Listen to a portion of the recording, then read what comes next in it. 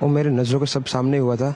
मेरे खुद को भी बिलीव नहीं होता कि मैं कैसे उसमें से ज़िंदा बाहर निकला, क्योंकि थोड़ा टाइम लिए कि तो मेरे को लगा था कि मैं भी मरने वाला हूँ। लेकिन जब मेरी आँख खुल के मैं देखा ना, तो मुझे लगा मैं ज़िंदा हूँ। तो मैंने ट्राई किया। जब मेरी ਮੈਂ ਆਪਣੀ ਜ਼ਿੰਦਗੀ ਦੇ ਵਿੱਚ ਦੋ ਸੱਚਾਈਆਂ ਇਹੋ ਜੀ ਸੁਣੀਆਂ ਨਾ, ਤੁਸੀਂ ਵੀ ਉਹ ਜ਼ਰੂਰ ਸੁਣੀਆਂ ਹੋਣੀਆਂ। ਉਹਨਾਂ ਨੂੰ ਅਸੀਂ ਸਪਿਰਿਚੁਅਲ ਟਰੁੱਥ ਕਹਿ ਸਕਦੇ ਹਾਂ, ਯਾਨੀ ਕਿ ਰੂਹਾਨੀ ਸੱਚਾਈ, ਜਿਹਦਾ ਤਲਕ ਰੂਹ ਦੇ ਨਾਲ ਆ, ਕਿਸੇ ਮਜ਼ਹਬ ਨਾਲ ਨਹੀਂ ਹੈਗਾ, ਕਿਸੇ ਦੀਨ ਨਾਲ, ਫਿਰਕੇ ਨਾਲ, ਕਿਸੇ ਵੀ ਮਕਤਬਾ ਫਿਕਰ ਨਾਲ ਉਹਦਾ ਤਲਕ ਨਹੀਂ ਹੈਗਾ। ਜਿੱਦਾਂ ਕਿ ਮੈਂ ਦੱਸਿਆ ਕਿ ਉਹਦਾ ਤਲਕ ਰੂਹ ਦੇ ਨਾਲ ਆ, ਉਹ ਰੂਹਾਨੀ ਸੱਚ ਹੈਗੇ। ਪਹਿਲਾ ਹੈਗਾ ਵੀ ਪਲ ਦਾ ਵਸਾ ਨਹੀਂ ਹੈ, ਯਾਨੀ ਕਿ ਅਗਲੇ ਸਾਹ ਦਾ ਨਹੀਂ ਪਤਾ, ਅਗਲੇ ਮਿੰਟ ਦੀ ਖਬਰ ਨਹੀਂ ਹੈਗੀ ਵੀ ਕੀ ਹੋਊਗਾ। ਤੇ ਦੂਜਾ, ਜਿਸ ਕੋ ਰੱਖੇ ਸਾਈਆਂ ਮਾਰ ਸਕੇ ਨਾ ਕੋਈ, ਜਿਹਨੂੰ ਰੱਬ ਰੱਖੇ ਉਹਨੂੰ ਕੌਣ ਚੱਕੇ। ਇਹ ਦੋਨੇ ਸਚਾਈਆਂ, ਇਹ ਦੋਨੇ ਰੂਹਾਨੀ ਸੱਚ ਜਿਹੜੇ ਆ ਨਾ, ਇੱਕੋ ਅਫਸੋਸਨਾਕ ਹਾਦਸੇ ਦੇ ਵਿੱਚ ਵੇਖਣ ਨੂੰ ਸਾਨੂੰ ਮਿਲੇ ਆ, ਜਿਹੜਾ ਕਿ ਇੰਡੀਆ ਦੇ ਵਿੱਚ ਇੱਕ ਜਹਾਜ਼ ਕ੍ਰੈਸ਼ ਹੋਇਆ। ਬੜੀ ਅਫਸੋਸਨਾਕ ਖਬਰ ਆ, ਉਹਦੇ ਉੱਤੇ ਆਪਾਂ ਗੱਲਬਾਤ ਕਰਾਂਗੇ। अस्सलाम वालेकुम, सत श्री अकाल, की हाल चाल है जी। मैं थोड़ा वीर राणा खालिद मकबूल हाज़र हाँ थोड़ी खिदमत दे विच एक होर वीडियो की बल्कि एक बड़ी ही अफसोसनाक जिहड़ी वीडियो है ना, वो थोड़ी खिदमत दे विच मैं लैके हाज़र हाँ।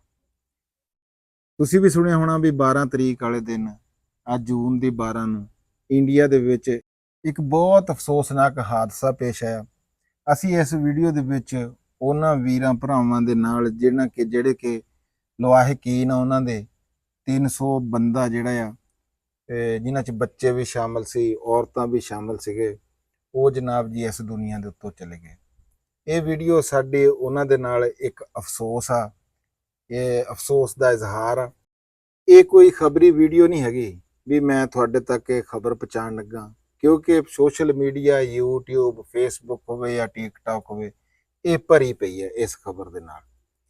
ਮੇਰੀ ਵੀਡੀਓ ਬਣਾਉਣ ਦਾ ਮਕਸਦ ਇਹ ਹੈਗਾ, ਇੱਕ ਸੋਚ ਸੀ ਦਿਲ ਦੇ ਅੰਦਰ, ਇੱਕ ਤਕਲੀਫ ਸੀਗੀ। ਹਾਦਸੇ ਤਾਂ ਉਂਝ ਵੀ ਬਹੁਤ ਸਾਰੇ ਹੁੰਦੇ ਆ ਦੁਨੀਆ ਦੇ ਉੱਤੇ, ਮੋਟਰਸਾਈਕਲ ਦਾ ਹੋ ਗਿਆ, ਕਿਧਰੇ ਕੋਈ ਕਾਰ ਦਾ ਹੋ ਗਿਆ, ਕਿਧਰੇ ਕੱਲੇ ਸ਼ਾਇਦ ਇਹ 300 ਨਾਲੋਂ ਵੀ ਜ਼ਿਆਦਾ ਹੁੰਦੇ ਹੋਣ, ਲੇਕਿਨ ਉਹ ਕੱਲਾ ਹੁੰਦਾ, ਇਸ ਵਾਸਤੇ ਸ਼ਾਇਦ ਉਹਦੀ ਇਹੋ ਜਿਹੀ ਤਕਲੀਫ ਨਹੀਂ ਮਹਿਸੂਸ ਹੁੰਦੀ। ਹਾਲਾਂਕਿ ਉਹ ਵੀ ਹੈ ਇਹਦੇ ਬਰਾਬਰ ਹੀ ਆ, ਲੇਕਿਨ ਇਕੱਠੇ 300 ਜਾਨਾਂ ਦਾ ਔਰ ਇਸ ਤਰ੍ਹਾਂ ਜ਼ਿਆ ਹੋ ਜਾਣਾ ਇੱਕ ਬਹੁਤ ਅਫਸੋਸਨਾਕ ਗੱਲ ਹੈਗੀ ਹੈ, ਜਿਹਦੀ ਦਿਲ ਦੇ ਅੰਦਰ ਇੱਕ ਪੀੜ ਜ਼ਰੂਰ ਹੁੰਦੀ ਹੈ। ਔਰ ਪੂਰੀ ਦੁਨੀਆ ਦੇ ਜਿਹਦੇ ਅੰਦਰ ਦਿਲ ਹੈ ਨਾ, ਉਸ ਇਨਸਾਨ ਨੂੰ ਇਸ ਗੱਲ ਦੀ ਤਕਲੀਫ ਜ਼ਰੂਰ ਹੋਈ ਹੈ।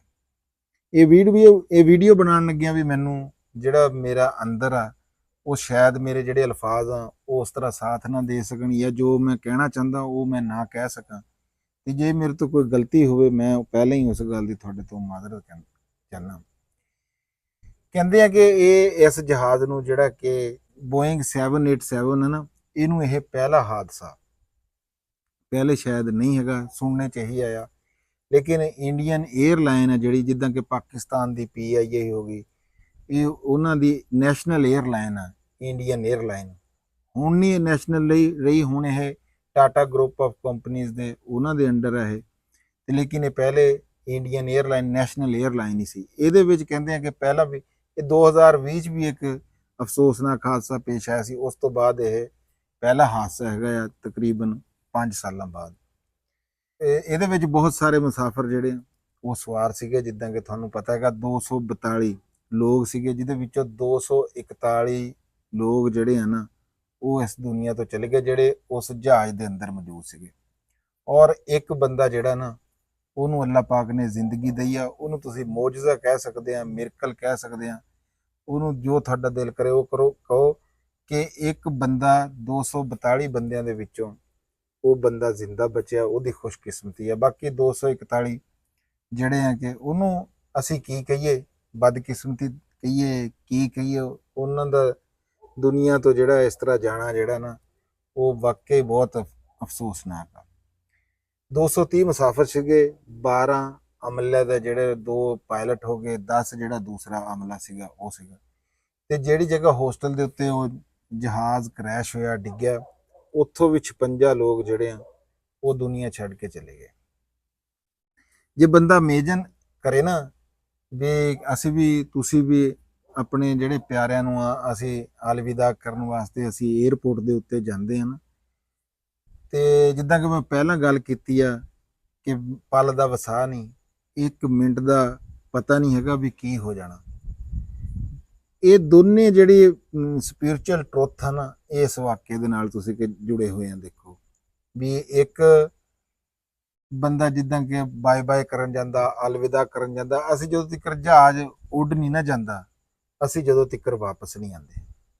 ਕੁਝ ਲੋਕ ਵੀਡੀਓ ਬਣਾਉਂਦੇ ਆ, ਉਹ ਜਿਹੜੀ ਉਹ ਵੀਡੀਓ ਆ ਉਹ ਵੀ ਕਿਸੇ ਨੇ ਇਦਾਂ ਹੀ ਜਹਾਜ਼ ਨੂੰ ਉੱਡਦੇ ਦੀ ਬਣਾਈ ਆ ਵੀ ਇਹਨੂੰ ਦਿਖਾਵਾਂ ਵੀ ਕਿੱਥੇ ਤੱਕ ਅਸਮਾਨ ਜਾਂਦਾ, ਲੇਕਿਨ ਉਹ ਬਣਾਉਣ ਵਾਲੇ ਨੂੰ ਵੀ ਨਹੀਂ ਪਤਾ ਸੀਗਾ ਕਿ ਇਹ ਤਾਂ ਹਲੇ ਉੱਡੇਗਾ ਤੇ ਇਹ ਡਿੱਗ ਜਾਏਗਾ ਤੇ ਕਿੱਡਾ ਵੱਡਾ ਜਿਹੜਾ ਨਾ ਇਹ ਨੁਕਸਾਨ ਕਰੇਗਾ।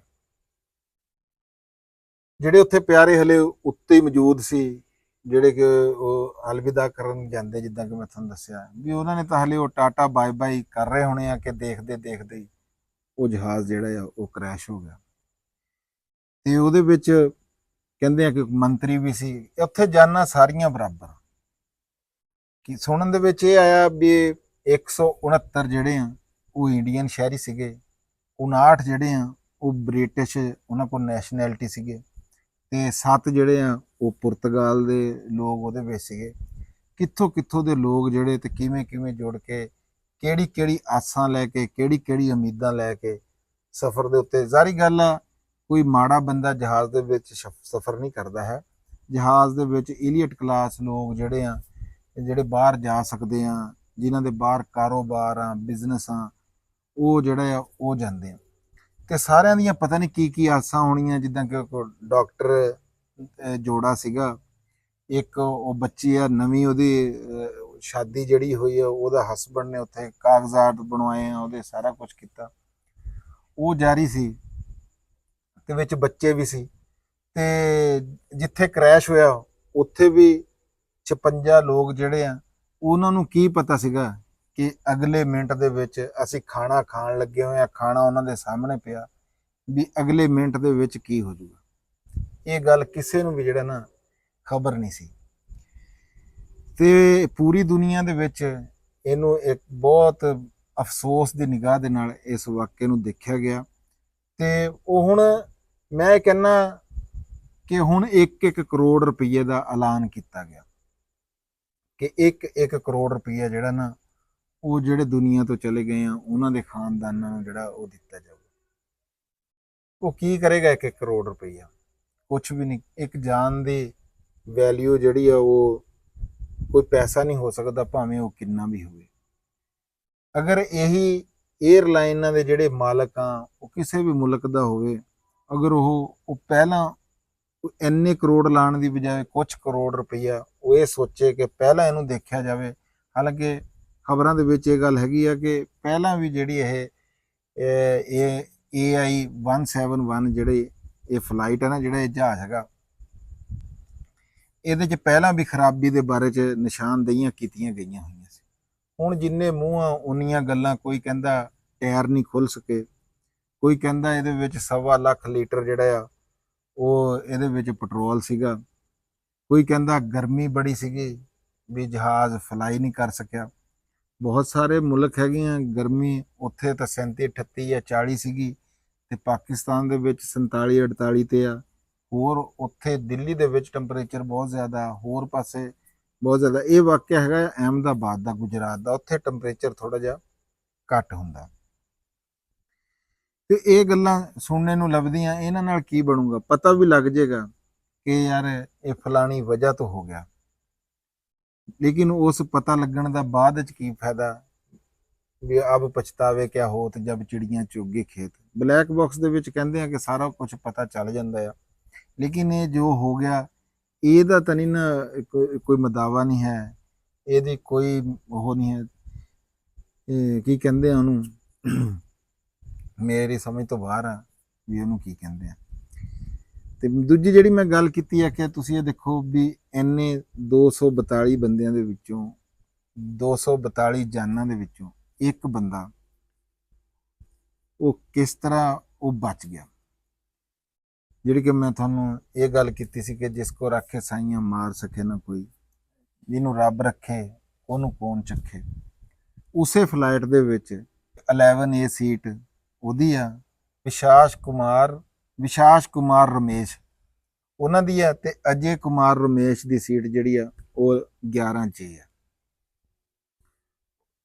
ਉਹਨੂੰ ਕੀ ਪਤਾ ਸੀ ਕਿ ਅੱਜ ਮੇਰਾ ਭਾਈ ਮੇਰੇ ਨਾਲ ਨਹੀਂ ਹੋਊ। ਵਿਸ਼ਾਸ ਕੁਮਾਰ ਰਮੇਸ਼ ਨੂੰ ਵੀ ਨਹੀਂ ਪਤਾ ਕਿ ਮੈਂ ਇਸ ਹਾਦਸੇ ਦੇ ਵਿੱਚੋਂ ਕਿੱਦਾਂ ਜ਼ਿੰਦਾ ਬਚ ਗਿਆ। ਉਹਨਾਂ ਦਾ ਇੱਕ ਉਹ ਇੰਟਰਵਿਊ ਮੈਂ ਸੁਣਿਆ ਆ ਤੇ ਉਹ ਵੀ ਆ ਮੈਂ ਤੁਹਾਨੂੰ ਸੁਣਾ ਦਿੰਨਾ। बड़ा चमत्कार है जिस तरीके से आप वहाँ से इकलौते ऐसे शख्स हैं जो जिंदा बचे। वो मेरे नज़रों के सब सामने हुआ था। मेरे खुद को भी बिलीव नहीं होता कि मैं कैसे उसमें से ज़िंदा बाहर निकला, क्योंकि थोड़ा टाइम लिए कि तो मेरे को लगा था कि मैं भी मरने वाला हूँ। लेकिन जब मेरी आँख खुल के मैं देखा ना तो मुझे लगा मैं ज़िंदा हूँ। तो मैंने ट्राई किया, जब मेरी सीट थे वो मेरी बेल्ट निकाला, मैंने वो ट्राई किया जहाँ से निकल सकता वहाँ से, तो मैं निकल गया वहाँ से। मेरे सामने नज़रों के सामने एयर हॉस्टल और दूसरे आंटी अंकल सभी उसमें मेस हो गए थे सभी। अच्छा, थोड़ा सा बता पाएं, जब जैसे ही टेक ऑफ हुई फ्लाइट, क्या हुआ था और अचानक से कैसे हादसा हुआ? टेक ऑफ के बाद 1 मिनट के अंदर ही जब टेक ऑफ हुआ ना तो सडनली 5-10 सेकंड कैसे लगा जैसे स्ट्रक हो गया वो। बाद में से मेरे को लगा कि कुछ हुआ। बाद में प्लेन में लाइट ऑन हो गई, ग्रीन और वाइट। बाद में वो पता नहीं वो प्लेन टेक ऑफ ज़्यादा करने के लिए वो रेस जो बोलते हैं क्या, रेस दिया होगा ऐसा कुछ, और सीधा स्पीड में ही घुस गया जहाँ वो क्या था वो हॉस्टल था एक हॉस्पिटल का। हाँ, हॉस्टल में। और सब सामने सब हुआ। ये जब फ्लाइट जब क्रैश हुई उस समय हॉस्टल पे लैंड की थी, उसी समय आप बाहर निकले थे? नहीं, क्योंकि आई थिंक मेरे को जब मैं जो साइड पे था ना वो साइड हॉस्टल पे नहीं लैंड हुई थी। हॉस्टल के जो ग्राउंड फ्लोर है ना जैसे नीचे, वहाँ लैंड हुई थी। तो मुझे दूसरे के बारे में मेरे को पता नहीं, लेकिन मैं जहाँ लैंड हुआ था ना वो नीचे की साइड थी। तो जब वहाँ थोड़ा पेस भी था प्लेन के जब बाहर, तो जब जैसे मेरा डोर टूटा ना सब, तो मैंने देखा ना जब सामने कि थोड़ा इधर पेस है, तो मैं ट्राई कर सकता हूँ निकलने के लिए। तो मैंने ट्राई किया निकलने के लिए, तो फिर मैं निकल गया उधर, क्योंकि अपोजिट साइड पे था ना वो बिल्डिंग का वो था ना दीवार, तो उधर से कोई शायद नहीं निकल सका होगा, क्योंकि उधर पूरा उधर ही क्रैश हुआ था। और मैं जो जहाँ था वहाँ थोड़ा पेस था।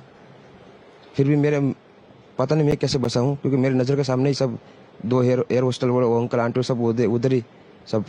आप पैदल चल के आए वहाँ से निकल के? हाँ, और थोड़ा जब आग लगी ना मेरा लेफ्ट हैंड भी जल गया थोड़ा। फिर एम्बुलेंस मेरे को उठा लेके इधर आया।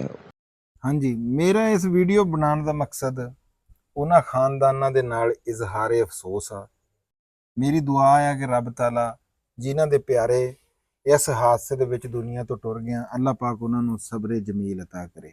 ਅਚਾਨਕ ਮੌਤ ਤੋਂ ਤਾਂ ਸਾਡੇ ਪਿਆਰੇ ਨਬੀ ਹਜ਼ਰਤ ਮੁਹੰਮਦ ਸੱਲੱਲਾਹੁ ਅਲੈਹਿ ਵਸੱਲਮ ਨੇ ਵੀ ਪਨਾਹ ਮੰਗੀ ਆ। ਇਹ ਮੌਤ ਜਿਹੜੀ ਆ ਦਿਲ ਦੇ ਵਿੱਚ ਨਾ ਬਹੁਤ ਵੱਡਾ ਘਾਓ ਕਰ ਜਾਂਦੀ ਆ ਪਿਛਲਿਆਂ ਦੇ, ਜਿਹੜੇ ਵਾਰਸੇਨ ਹੁੰਦੇ ਆ ਉਹਨਾਂ ਦੇ। ਮੇਰਾ ਇੱਕ ਪੰਜਾਬੀ ਦਾ ਮੈਂ ਇੱਕ ਦੋੜਾ ਜਿਹਾ ਸੁਣਿਆ ਸੀ ਕਿ ਟੁਰਦੇ ਸੱਜਣ ਨੂੰ ਕੋਈ ਨਾ ਵੇਖੇ, ਹਲ ਵਹਿੰਦੇ ਨੇ ਕਿੰਗਰੇ ਹਾਂ ਦੇ।